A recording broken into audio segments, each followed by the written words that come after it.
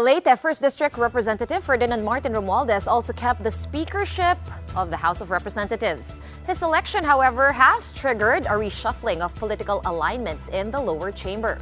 Let's talk to mobile journalist Arles de los Santos, who covered the events all day at the plenary. Arles, how many voted for Speaker Romualdez? How many abstained?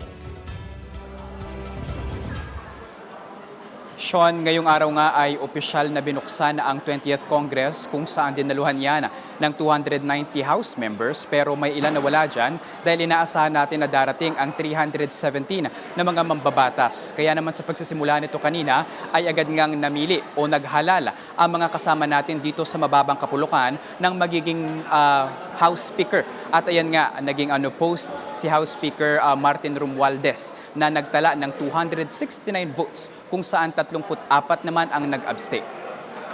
Les, usap-usapan nung una no?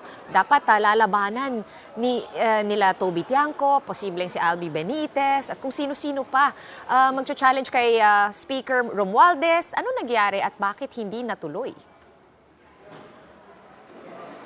Actually, Sean, kanina ay inaasahan din natin ang pagsulpot ng mga pangalan na ito dahil mula pa lang 19th Congress ay ito na mga pangalan na matunog na talagang susubok na baguhin ang liderato sa mababang kapulungan o dito sa Kamara. Pero kanina ay hindi natin nasaksihan yan at naging post nga itong si House Speaker Martin Romualdez. Actually, wala naman talagang naging pahayag si Tiangco at si Frasco na susubok nga sila na magnais na maging House Speaker. Pero syempre, dahil nga sa kanilang naging pagpuna sa liderato ni Romualdez, ay ang kanilang mga pangalan ang namutawi sa ilang mga kasama natin dito.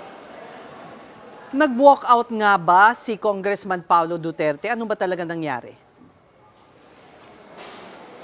Ang nangyari dyan, Ses, ay nang simulan ang nominasyon para sa House Speakership ay nagulat na lamang tayo na nag-walk out ang ating siguro matuturing na Duterte Block. Ayan ay sina Harold Duterte, Paulo Duterte at si Omar Duterte. Kaya naman hindi na raw sila namili at actually kahit mag-abstain ay hindi nila ginawa dahil ayon sa kanila, kay Paulo Duterte to be specific, ay ayaw daw nila makisangkot sa political circus na ngayon ay nangyayari dito sa House of Representatives at anila ay tila Game of Thrones daw ang nangyayari at tila nakakalimutan ng mga mababatas kung sino nga ba ang pinagsisilbihan ng mababang kapulungan kundi ang taong bayan daw dapat.